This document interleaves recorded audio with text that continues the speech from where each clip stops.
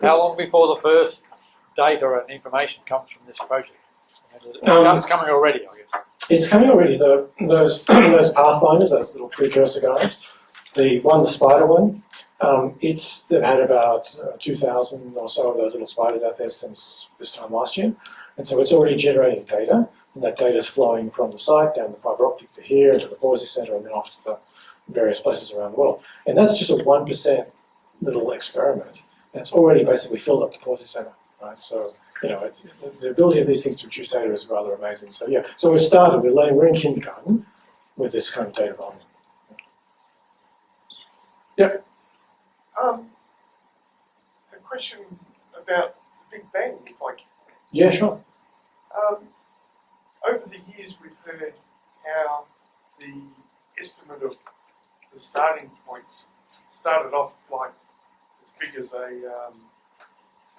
beach ball, and then it's got shrunk down to the size of a basketball. And I think Brian Cox the other day was talking about the starting point is the size of an atom. And how do we reconcile that with the density that we perceive in black holes that we know are at the centre of the galaxy? Sure. So this is hundreds of billions of these, and if you compacted them, you would have a size of a certain amount. Is it they're trying to, outdo each other in terms of extremity? A little bit. How small? So it goes back to the sort of the basic point I was trying to make earlier on, that when we try to think about the Big Bang, and in principle it can be down to the sizes of atoms, everything starts to break, okay, because it turns out you need an infinite force to change it. You need infinite time to change it. You need an infinite amount of energy to change it. It doesn't work because we know we're here. Something happened. So it's clear we've got something wrong. Something's wrong with our thinking about this early, very, very early stage of the universe. Maybe it's something really simple, like, well, the universe never actually started from something which was as small as that, and maybe it was bigger than that for some reason or other. Or maybe the universe, goes through these sort of bounces and things. It doesn't actually get to that small size ever. So there's a number of competing ideas, and all of those ideas have predictions, and those predictions can only be tested by doing something like SKA experiments. So we're on the way to find out, but at the moment we're all confused. Yep. Up to now, and this is very simplistic, I know, but astronomers have spent their time gazing into the sky with a telescope and spotting something, finding something, naming something, and analysing what they see. Yep. What's going to happen is that we're going to have so much data that no one person can look at all of the data all the time. Correct. Astronomy will change into gazing not at the sky, but gazing at bits of data and trying to find something different or a pattern or something that tells you something. Am I right? Or you are describing astronomy as it was. Bits of information coming at you every single second. Sure. You're describing what astronomy was like probably 20, 30 years ago. Sure. So 20, 30 years ago, we had lots of data getting spewed out of telescopes, and people spent a lot of their time processing the data and picking out objects that were interesting from on a computer screen and doing it that way. We can't do that anymore, not even that anymore, because the amount of data that the SKA generates, you could spend your entire life generating screens of pictures with.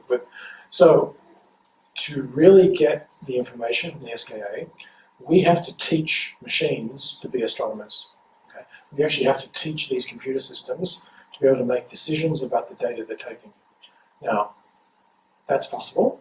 And in fact, it's an interesting possibility because everybody else in the world wants to do the same thing. Google want to figure out, what sort of milk you buy by figuring out, when you went to the supermarket, what was on the shelf. And, figuring out stuff from data is what everybody's doing right now. And astronomy is probably the most challenging figuring out stuff from data problem. That's why other companies are interested in what we're doing. But it is, we have to get the machines to make some of the things happen. In other words, boil down this enormous bucket of data into a size where me as a human being can actually do something with it. But that means you're building, let's say, for example, to use an analogy, like an electrocardiograph that is looking at this data, looking for patterns or looking for something. But in order to build that machine that's going to do the analysing, you almost need to know what you expect to find. Very good. Maybe what you're going to find isn't anything like what you think. Good. So two very good question. Two parts to the answer. Number one part is we're doing these simulations, right? So the simulations are kind of guiding our eye about what we might expect to see, right? Number one. So we're not completely in the dark. The simulations, the physics is helping us guess in some sense what we might see. But you're correct. It is entirely possible that we'll find something we didn't expect. And in fact, that's almost the most exciting thing, right? So if you look at, and this is the track record of telescopes. If you look at all the telescopes that were on that plot before, and you ask what are they now famous for, almost all of them are famous for something that they weren't designed to do. Right?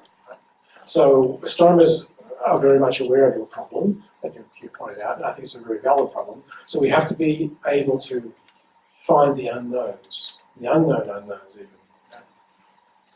There's a question over Yep. here. Yes, sir.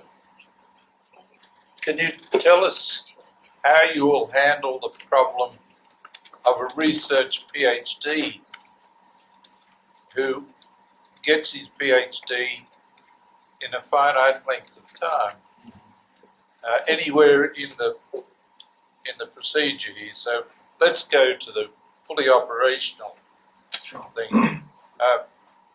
Before he gets to 80 years old or something. Yep. Look, It's going to redefine the whole concept. I think for quite some time, and you know very well, that space projects take 20 years to 30 years to run, right? So people can spend their entire careers doing one project. The SKA is a bit the same, that people are involved now with the design, where people in the future are involved with the construction, and people after that are involved with taking the data, etc. So it'll be an evolution, but I do think, PhDs will probably still stay 3 or 5 years. I mean, if the SKA is operational, when the SKA is operational, one of these surveys, one of these new map building exercises can be done in about 1,000 hours of observation time. Okay, so we're not talking 20 years of observation time, we're talking about 1,000. It's because it's a square kilometre, it can actually collect the data in a relatively short amount of time. So it's still talking about human timescales for amassing data, human timescales for PhDs, but the evolution of the project is beyond PhD scale. So PhDs will slot themselves into various parts of the project along the way, but they're not going to extend to 20 years. But the nature of creating the experiment is going to change, surely. I think what will change is we'll go down the same path as particle physics. We'll go down the path of very, very, very large teams. So individual astronomers, going to a telescope and sticking their eye to the back of it, I think that model is gone. What you'll find is you'll have very large teams of astronomers from all around the world getting together, applying collectively for time on the telescope, having data distributed through the internet to their home supercomputers. And so the model of doing astronomy will change, I agree with you. Will be doing anything to confirm inflation? I know they had earlier this year or last year. Yep. They were talking about that confirmed inflation, but there was some talk that maybe it was to do dust closer to. Yeah. So exactly. The inflation is it's part of this story. Okay. So another part of the cosmic story is that at some point in the history of the universe, not only did the universe expand, but it expanded extremely rapidly. So there was an early phase of extremely rapid expansion, then a next phase of sort of slightly slower expansion.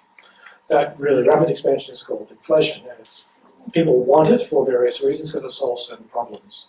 We don't know, we have some ideas what might have caused it, and recently people thought they found evidence for it, but they didn't. Because there was some problems. But inflation is one of the ingredients of what we call a standard cosmological model. We have a standard model of cosmology.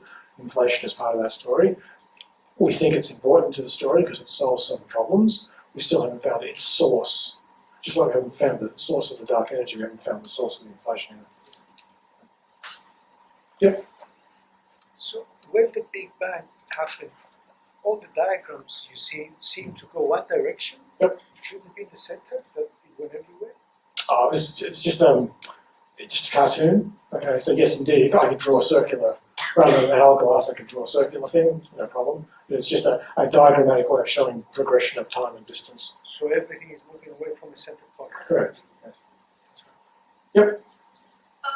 I just want to understand something, what we're seeing is that other galaxies are all moving away from us. Yes. Do we know if that's true at every point in the universe? It's not absolutely true everywhere in the universe.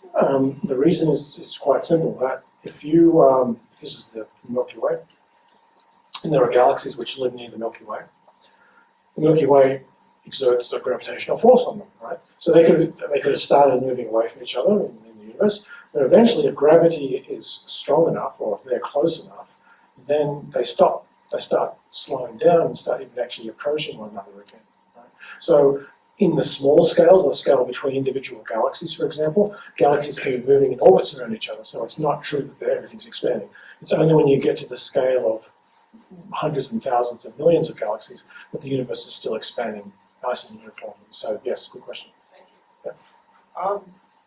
A lot of our understanding has come from the precision and imagery that we've got from the Hubble telescope. Yep. And in about 2018, they're talking about this new James Webb telescope. Is there going to be some interaction between Yes. SKA and the James Webb? And Yep. how would that work? Exactly, very much so. So James Webb Space Telescope is a successor to Hubble. It's much bigger. Hubble was about 2 meters. JWST is about 6 meters across. And it will actually get back very close to the first objects, right? So it'll give us, if you like, a view in the optical part of the spectrum, and the SKA will give us the view in the radio part of the spectrum. In fact, the radio waves can go back further than the optical, because the radio can see the gas before the stuff is even formed, right? So they have to work together. The story will be, the universe was hot, expanding, it got cooler and cooler, and then when it's really cool gas, the radio telescopes can actually see the cool gas, and then things started to condense out, start glowing, and then JWST will start seeing the glowing things. So that transition from no glowing things to glowing things needs the SKA and JWST to work together. If there but we'll make that the last question. Just one on the technology. Sure. I mean, given that it's 10 years before it's fully functional or Yeah, whatever, yeah. the equipment being put in place now and being used now, is that going to be superseded in 5 years? Some of it, yes. I mean, the stuff which has been put in place now is really just test equipment. It's really just verification equipment. It's not the SKA. The SKA hardware will start going on the site probably about 2018 or 19. Okay. So that's, we're still in the design phase, and we're doing the design based upon the experience we're getting with the stuff we've got there right now. But we might reuse the trenches and some of the cabling, but all the other stuff will be changed. Okay. Okay, I guess it's time for me to bring proceedings to a close and to offer some thanks. And first and foremost to Peter Quinn for what was, I think, an astronomical tour de force. Can we please show our appreciation?